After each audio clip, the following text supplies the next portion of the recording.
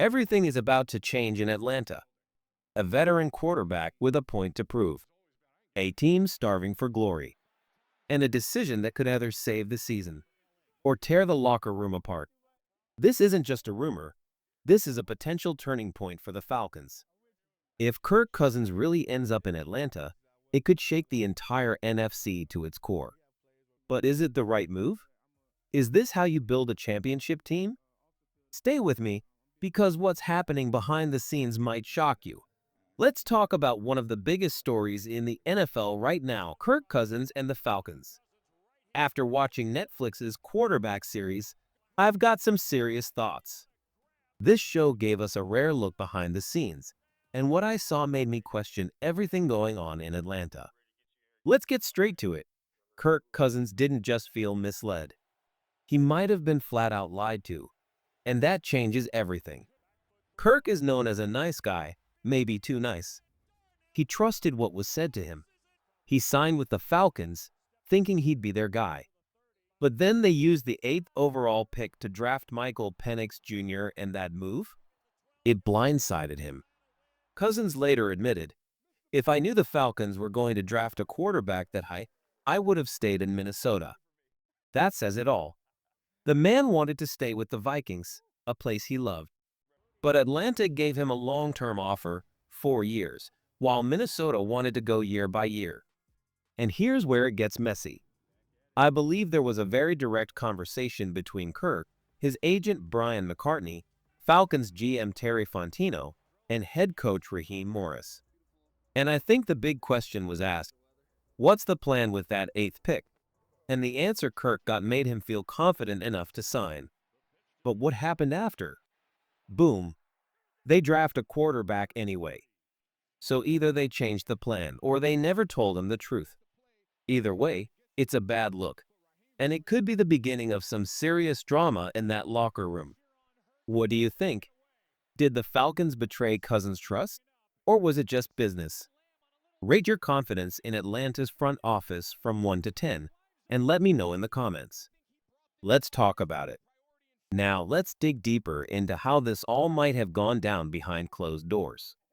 No one's saying the Falcons gave Kirk Cousins a crystal clear promise. They probably didn't say, "Hey, we're taking Dallas Turner, not a QB." But here's the problem. They also didn't say they were eyeing a quarterback. That silence? It says a lot.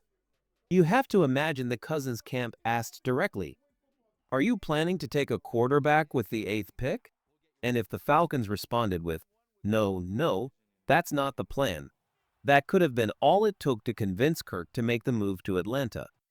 But think about it from the Falcons' side. If they told the truth and said, "Yes, we might draft a quarterback," they risk losing Cousins. He would have stayed in Minnesota, where he wouldn't have to move, uproot his family, or suddenly compete with a rookie for the starting job. And let's be real, the Vikings were drafting after the Falcons. They probably wouldn't have gotten a better rookie QB than Atlanta anyway. So was this a strategic lie? Or just clever wording to keep Kirk on board? Either way, it doesn't feel honest, and fans can smell that from a mile away. But let's switch gears for a second. Because one of the best parts of Netflix's quarterback series wasn't about contracts or controversy. It was about seeing the human side of these players. And one of the funniest, most relatable moments? Kirk Cousins pulling through a cookout drive-thru after a game like any regular guy. He was so excited, said he'd always wanted to stop there. And honestly, his reaction was hilarious. He looked completely overwhelmed by the menu. And the woman at the window? She had no idea who he was. She asked, "Do you play for the Falcons?" And Kirk just smiled and said, "Nope, just went to the game." That's what makes this show special. That lady probably has no clue she's in a Netflix series. And she just handed Kirk Cousins his corn dog and quesadilla like he was any other customer. Moments like that remind us, these guys are stars on Sunday, but off the field, they're human. Regular people with cravings, doubts, and frustrations just like us. But now, back to the pressure cooker. There's something I can't shake, and I don't think I'm alone. This upcoming season in Atlanta, It's got the makings of one very uncomfortable situation.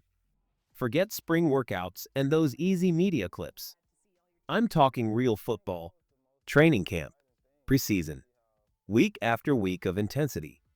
And when things get real, this quarterback room could feel like a powder keg ready to blow. Let's be honest, it's awkward. Michael Penix Jr. is the new guy, the rookie with sky-high expectations. And standing behind him is Kirk Cousins, a veteran who was promised the starting role and now feels lied to. There's only one thing that can fix this. Michael Penix has to dominate. If Penix goes out there week one, lights up the scoreboard, 300 yards, 3 touchdowns, guess what? No one's asking if it's awkward. No one cares about bad vibes when you're winning games. Winning shuts people up. But if Penix struggles, that's where things get dangerous. Because Kirk Cousins isn't going to sabotage this team, he's a pro. But you know he wants that job back. You know he wants to prove the Falcons made a mistake. He's playing for his future, maybe his final big contract. If Penix stumbles and the team turns back to Cousins, the questions will be flying.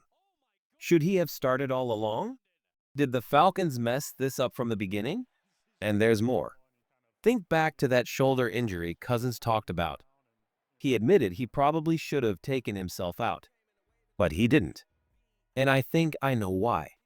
Because the moment the Falcons drafted Penix, Kirk knew. If he stepped off that field, even for 1 week, that starting job might be gone forever. So he played through pain, played through frustration, tried to hold on. But it wasn't enough. The team sank. The season spiraled. And now, we're staring at a storm that could either explode or turn into something legendary if Penix rises to the moment.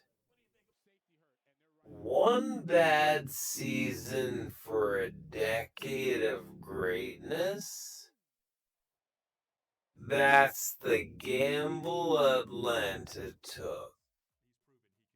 But they better hope they made the right call. How do you see this QB drama playing out? Will Penix rise to the challenge or will Kirk get the last word? Drop your take in the comments and rate your confidence in Penix starting all 17 games.